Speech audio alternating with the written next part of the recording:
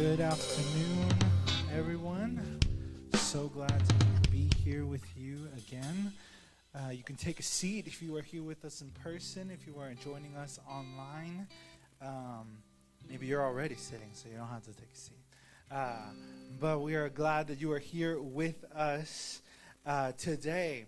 No matter if you are in person or online, we're happy to have you here. I'm Pastor Gabe.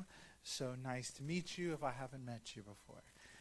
This week is what we call Holy Week, and so there's a few events going on that we talked about a little bit last week, so we have more information for you today. This Friday, we're going to be having a special Good Friday service along with our Spanish service in our main sanctuary at, I'm going to say 7. It might be 7:30, but so you get there on time. I'm going to say 7. But we would like to have you with us. And then on Saturday, also here on the church grounds, we're going to be having a community outreach event, giving out Easter eggs and candy for kids and other things that will be happening here from this Saturday from 11 to 2 p.m. So we would be glad to have you here during the week. We're also going to be getting ready and preparing for that. And so we would be glad to have any help if you would love to join us.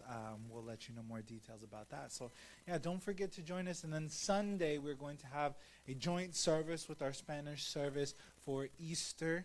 And so we will be together with them next Sunday. So we will not be here at our 1 o'clock time. Instead, we will be with our Spanish service at 9:30 a.m. So tune in to that online if you will be watching us online.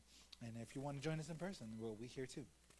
With that being said, those are the few announcements that we have going on here this week. We are continuing our series today called A Place at the Table. A Place at the Table. And if you've missed so far, if you just want to go back and hear last Sunday's message, you can do that. Watch it on YouTube or listen on our church's podcast as well, so you can just listen back if you prefer that. But today we are going to be in the Old Testament, even though I know today is Palm Sunday. And so it's part of Holy Week, Palm Sunday. And if you know what Palm Sunday is, and if you don't know what Palm Sunday is, I'm going to tell you. Palm Sunday dedicates an event that happened during the last week of Jesus' life here on earth, in which he entered the city of Jerusalem riding on a donkey. That was Jesus' style, riding on a donkey. It wasn't a Mustang, it wasn't a Cadillac, it wasn't something fancy. Just a donkey. Came into the city, and as he was coming into the city, and this is going to be relevant a little bit to our message today, as he was coming to the city, people welcomed him with shouts of praises, and they grabbed palm leaves and spread them onto the ground along with their cloaks.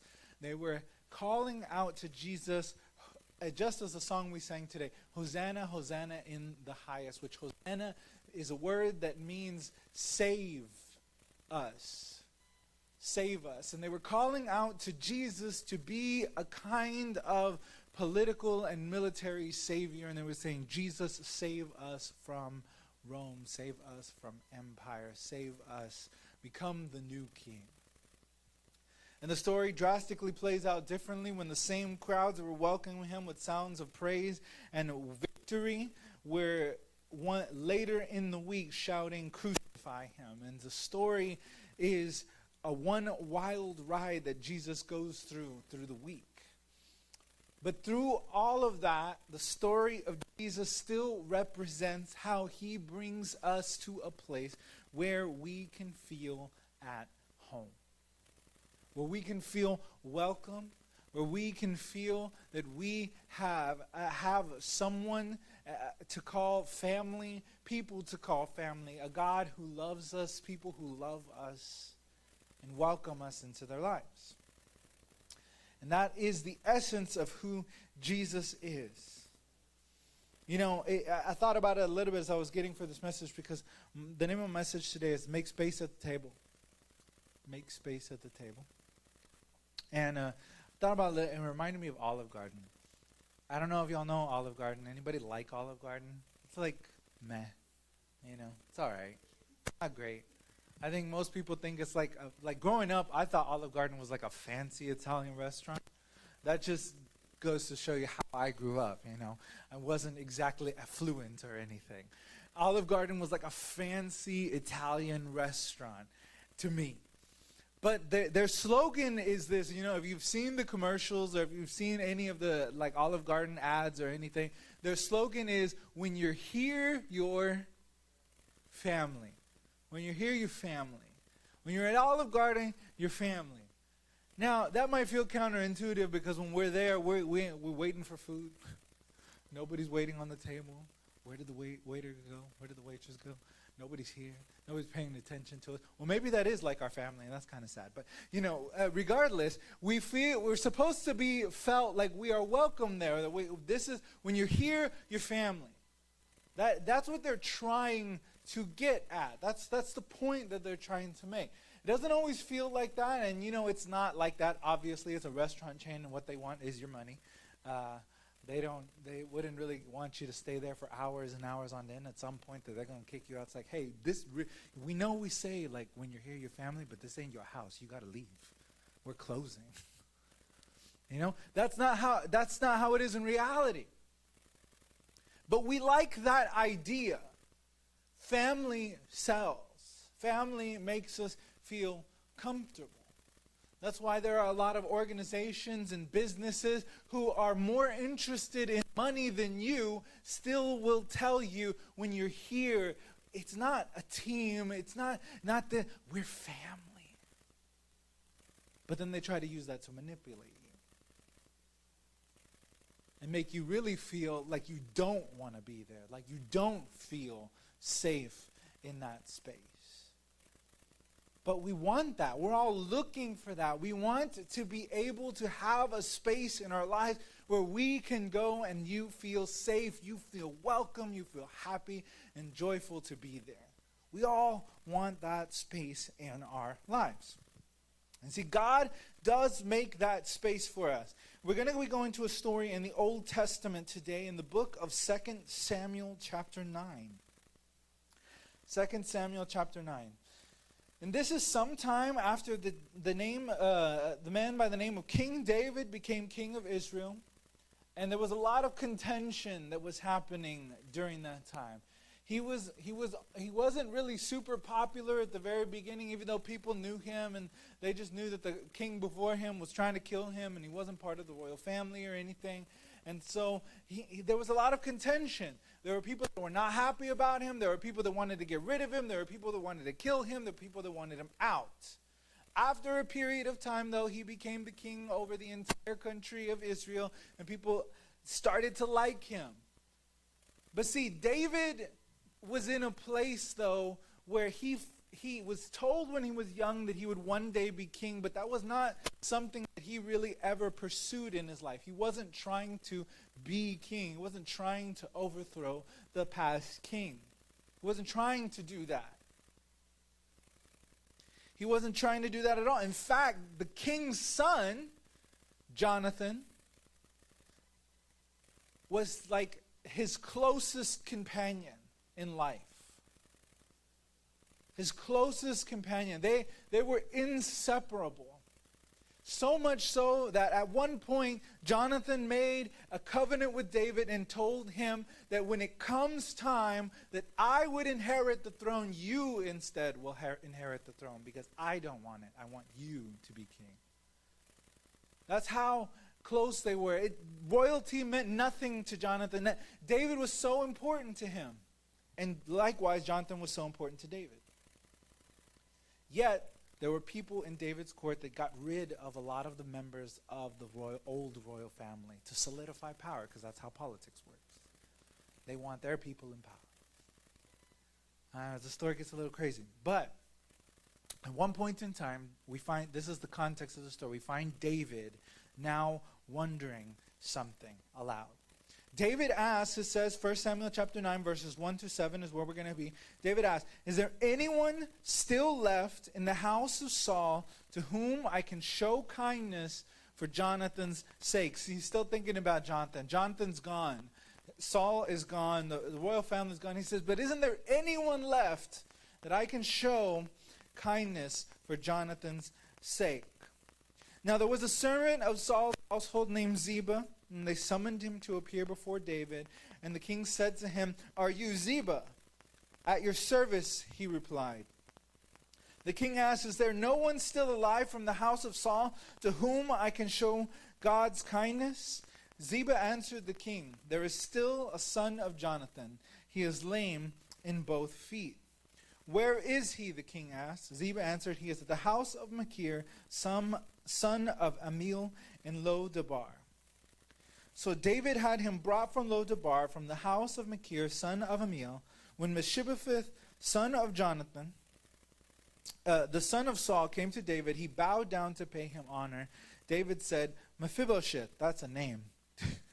"At your service," he replied. He says, "Don't be afraid," David said to him, "for I will surely show you kindness for the sake of your father Jonathan. I will restore to you all the land that belonged to your grandfather Saul, and you will always eat at my table." And you will always eat at my table.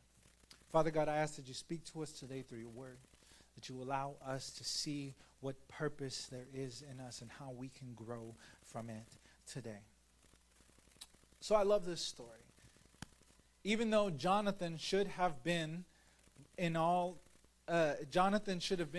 this man Mephibosheth. If you're looking for kids' names, there's one. It should have been an enemy of David. It should have been an enemy to his kingdom. He wouldn't want, it's not a smart move to think, I want to put my former employer's former royalty in any position of power or authority or here in the royal palace. That could be detrimental to him. He should have been like an enemy. He should have disliked Saul's family, because Saul was really trying to kill him. King Saul, the previous king, was trying to kill David, even though David didn't really do anything to him. In fact, David was his son-in-law, and he was still trying to get rid of him. It didn't make any sense. But because David had such a love for Jonathan, he said, "I am going to make space in my house, in my palace, for someone that many people might think is an enemy, but I'm going to bring them here, and they're going to eat at my table." They're going to eat at my table. It didn't matter to him. Any of that didn't matter to him. Because David was driven by love. David was driven by love. That's what mattered to him. That's what mattered most to him. And the story tells us a couple verses after that. It said, "So Mephibosheth ate at the king's table with all of David's sons and daughters as if he was part of their family." He was made to feel welcome. He was made to feel welcome. Now, I don't know if you've ever been in a position. A lot of times, when you visit someone's house for the first time, you kind of feel awkward, right?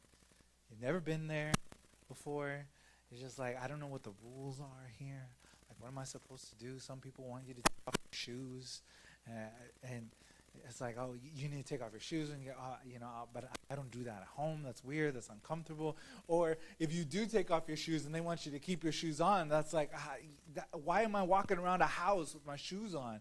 Like, that's not normal for me. Like, it depends. It depends on culture. It depends on a lot of different things. It depends on who you're visiting. It could be a very awkward place. It could be a very awkward place. And you never know how it's gonna end up. And that's, I'm assuming, how Mephibosheth felt towards David. Not only was he now in a place and in a palace that wasn't supposed to be his anymore, he was supposed to be the enemy. He felt awkward. He felt even scared, to the point where David had to respond, "Don't be afraid.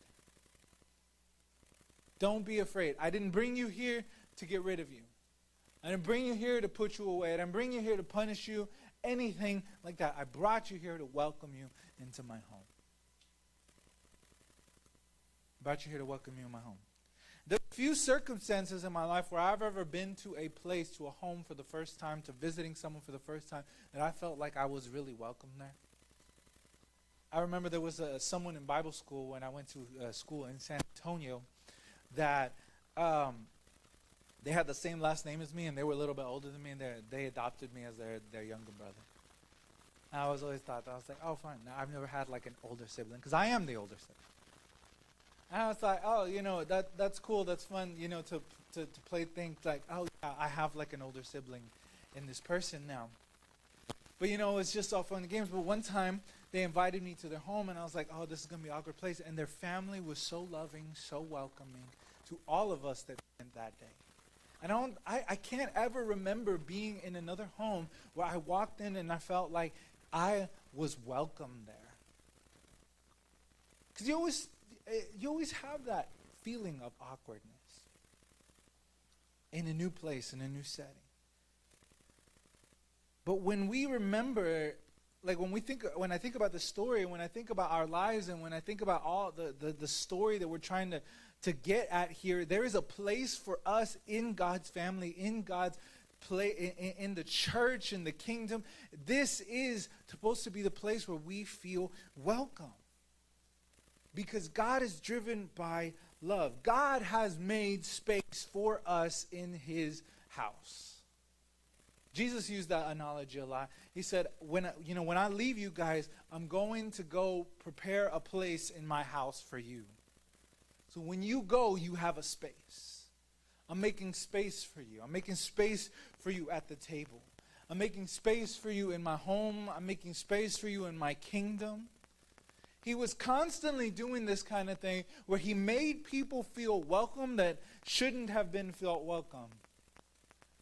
Because Jesus was a teacher, a rabbi. He was supposed to be this holy man, yet he interacted with people that others didn't want him to, that he shouldn't have had, that he shouldn't have been alone with.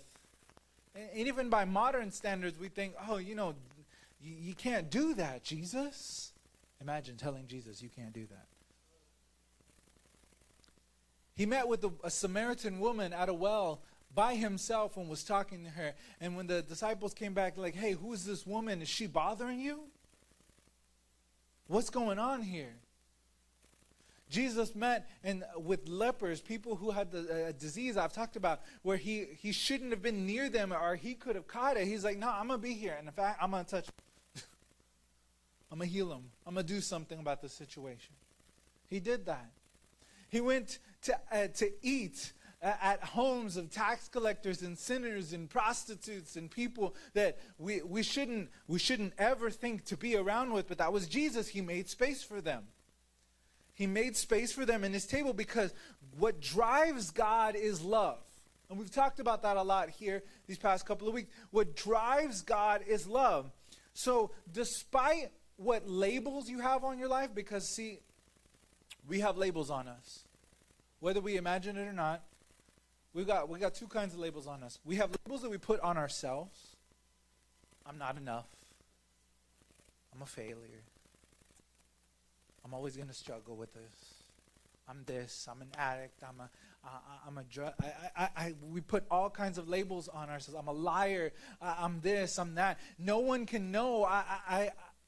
But we have these labels on us. And then we have labels on us that other people put.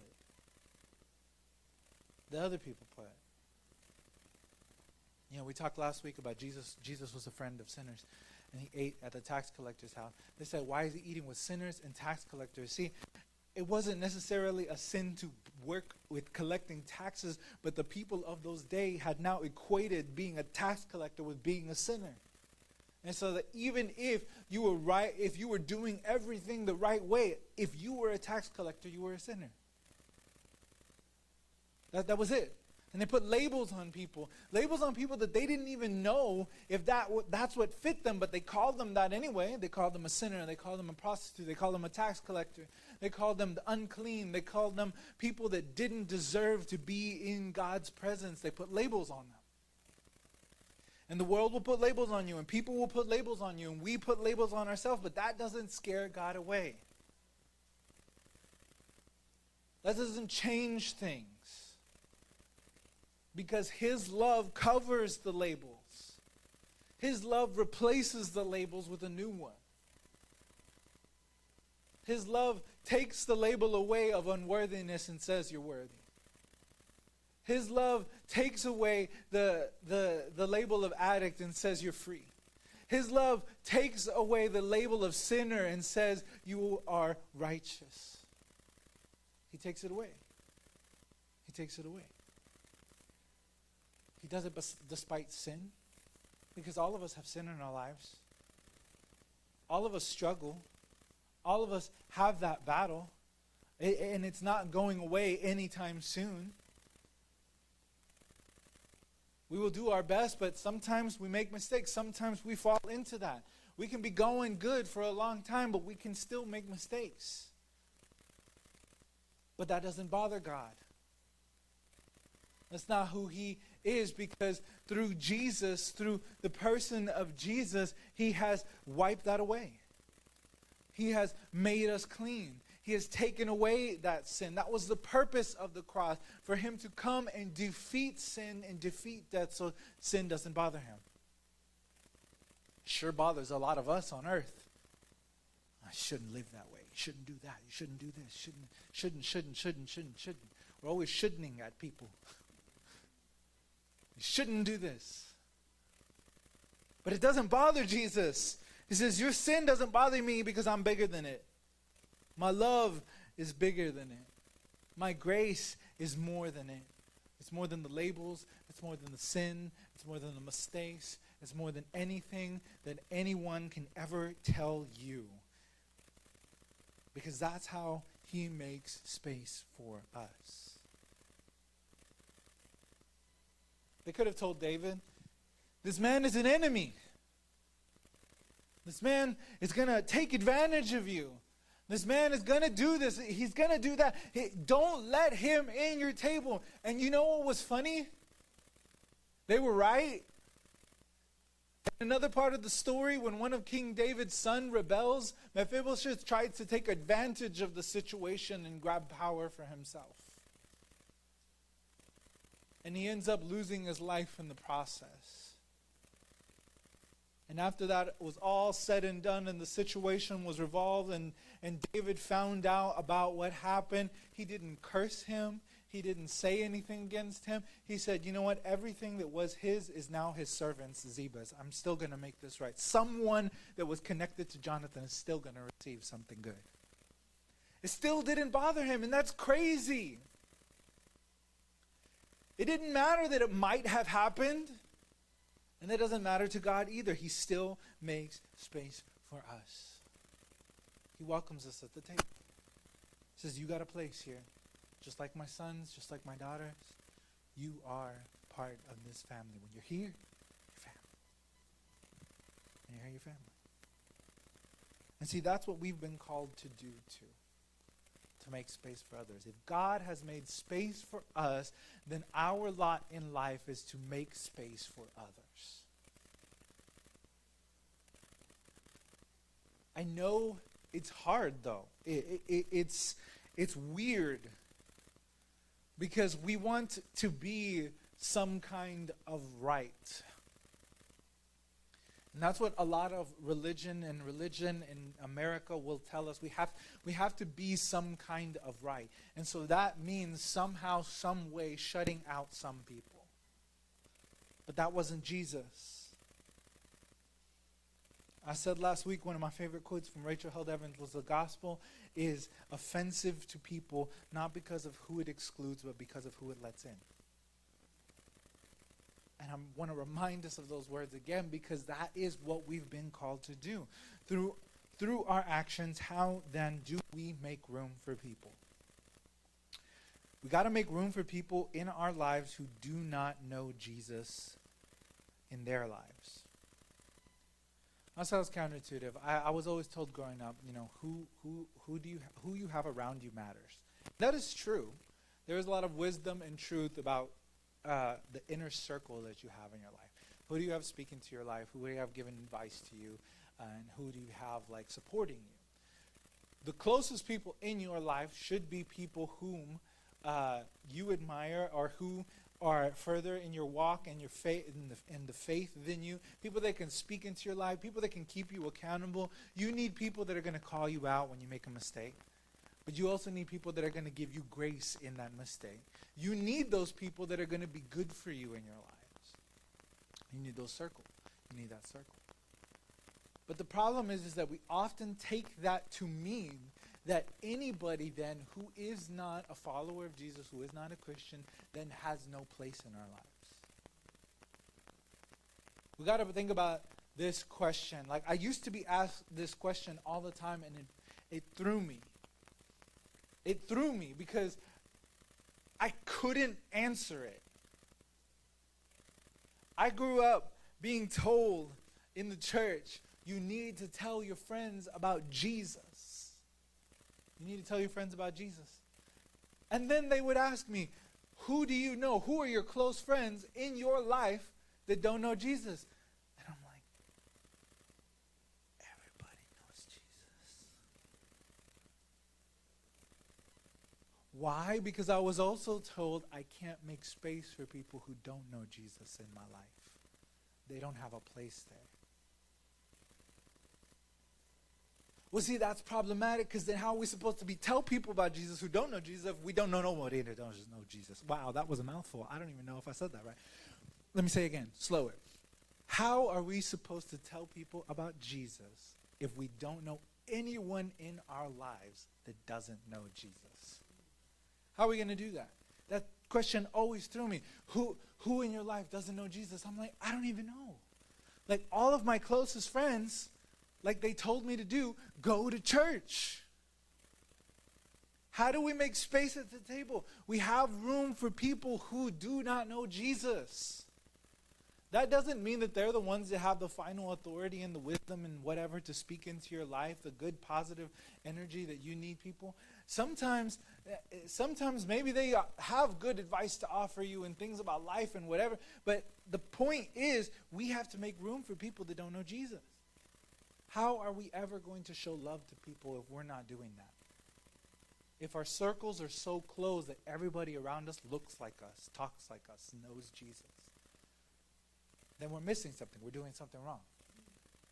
We're doing something wrong. Another action that we must take in order to make space for people in the church, in this place, is standing up for justice. Standing against abuse. Standing against racism. Against white supremacy. Against things that would keep people out. Sometimes we don't even realize how much of that is in us. Sometimes we don't even realize that. Because we don't realize how entrenched it's been in our upbringing. The slight little things that we think, oh, that's not racist, that's just a joke. Oh, that's not this or that. But the thing is that it becomes part of our mentality, and what we need to do is first take a look inside and work on ourselves. Do we find hints of those things in our life? Do we make tolerance for injustice in our lives? Do we participate in injustice in our life without even realizing it? We make space for people by working on the inside so that we are as loving as Jesus was. Because Jesus welcomed all people. Didn't matter race or whatever or anything, gender, nothing. He welcomed all people. One story that is funniest to me is that there was a story where Jesus was eating with the disciples. And it says a woman comes up to him, and it's a Syrophoenician woman. Someone that wasn't Jewish. Someone that was a Gentile. And she's coming to him, and he's saying, I need you to heal my daughter. I need you to heal my daughter. And Jesus does something that sounds like really insensitive. But part of it is, I believe he was playing into how his disciples really felt. He says that I've come to save only the people of Israel. I've come to do this only to the people of Israel. And she says, and she keeps asking, and Jesus responds. He says, how can a master take the food meant for his children and give it to the dogs? And she says, even the dogs get the crumbs. And the funniest thing about this story is I think the disciples, they said nothing in this story, which means that whatever was Jesus was talking about in that moment, basically calling this woman a dog, was saying they agreed. That the Jewish people thought that they were better than them. The people, that was their mentality. We thought we were better because we were the chosen people of God. But then Jesus commends her faith and says, you know what? You have great faith. And it doesn't matter that you're not who I came to for or whatever. I'm here and I'm making space for you and I'm giving you the miracle that you're asking for. He made space at his table. Despite injustice, he fought injustice. He fought the rich. He fought the powerful. He fought the empire. He fought the people that would stand for the things that oppressed and pushed down people. And he says, I stand for justice. And so not only on the inside do we need to fight for justice in changing the way we think and changing the way we see things, but we need to help those who also don't have a voice, elevate voices who have more to say than I can say about things. Elevate voices that know what the fight is, that know what we need to stand for, to be in those places where we support in any way we can. And through the church, be like, that is what Jesus came for, to stand for justice so that all people can have a place at his table. Everybody can have a place at the table. And by being a safe space for people who are not welcome in the church. Third thing. There are a lot of people who have been hurt by church, burned by church, burnt out by church, abused by church, manipulated. And they have said that I am not welcome in these spaces. But we can be that space. We can be that space. We can welcome them, no questions asked. Not worried about their background. And we do that by not just doing that here. By not just being that safe space here. But being that safe space outside of these doors. Outside of these walls. By walking how Jesus would be. Loving like Jesus would love. Everywhere we go. Because church, worship, all of that, that doesn't just happen here. It happens when you're at home eating with your family and you're extending love. That happens when you're shopping and you're loving on the people that are around you. That can mean putting your shopping cart back where it goes. Being polite and helping someone. Doing what you can. When they mistake you for a worker. You work here? No, I don't. I can help you. Extending your hand to the homeless who need food, who need money, who need help. Being that love wherever you are at and wherever you go. That's how we make a safe space for people. So what we have to be careful for as I close here today. Jesus came into Jerusalem 2,000 years ago, closing with the Palm Sunday reference. And they wanted a Jesus that fit their description. They wanted a military king. They wanted a political king. They wanted someone who would do what they wanted him to do, who would support the things they wanted him to support. The ones that would hate what they wanted, they hated. They wanted that Jesus. But Jesus walked in there not as a king, riding on a donkey, humble, and said, what I've come to do today, what I've come to do this week is make space at the table. I'm about to tear down the barriers.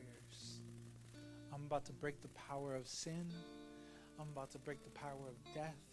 I am about to open the floodgates so that all people can know who God is and that they are loved by God. No more barriers. That's the Jesus we need to follow. We cannot make the mistake of painting a picture of Jesus that we want to follow just because he likes the things we like and hates the things we hate. Because Jesus is radical enough to love the things that even we hate. Love the people that we might consider our enemies. That is who Jesus is. So as we go through our week, this holy week, the most holy thing that you can do is make space for people. When you encounter someone that is hurting, make space for them to mourn, to hurt, to weep with them. When you encounter someone that is struggling, stand there in solidarity with them and say, I may not know your struggle, but I'm here. When you encounter someone who doesn't feel loved, love them. When someone that needs help, help them. Don't let your prejudices get in the way. If I give money to them, they're just going to do this. Give them what they need. Help them with what they need. Look out for those that are the least of these. Jesus said, when you visit those in prison, when you give water to those who are thirsty, when you give clothes to those who are naked, feed those who are hungry, guess what? You've done that to me. But you could see my face in every single person in this world, and that's what I've come to do. Make a space for everybody. Would you stand with me this afternoon?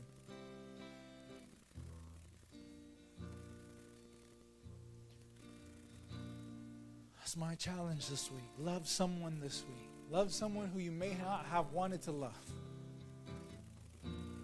Step out of your comfort zone. Do something a little bit different. Make space at the table. Father God, we thank you for your word today. I pray that you open our hearts to you.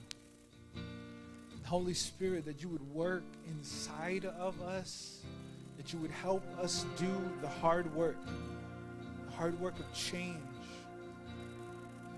so that we can be in love like you.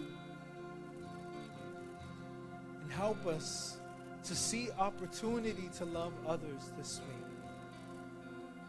Help us to see opportunity to let people know who you are and that they are loved. Help us to make space in the table of our lives for the people who need you the most, Jesus. We thank you. We thank you. As we close today in a song of worship, if you need prayer today, just lift up your hand. Let us know how we can pray for you. If you're watching online, let us know in the comments how we can pray for you today. Let's go into the presence of God in this moment.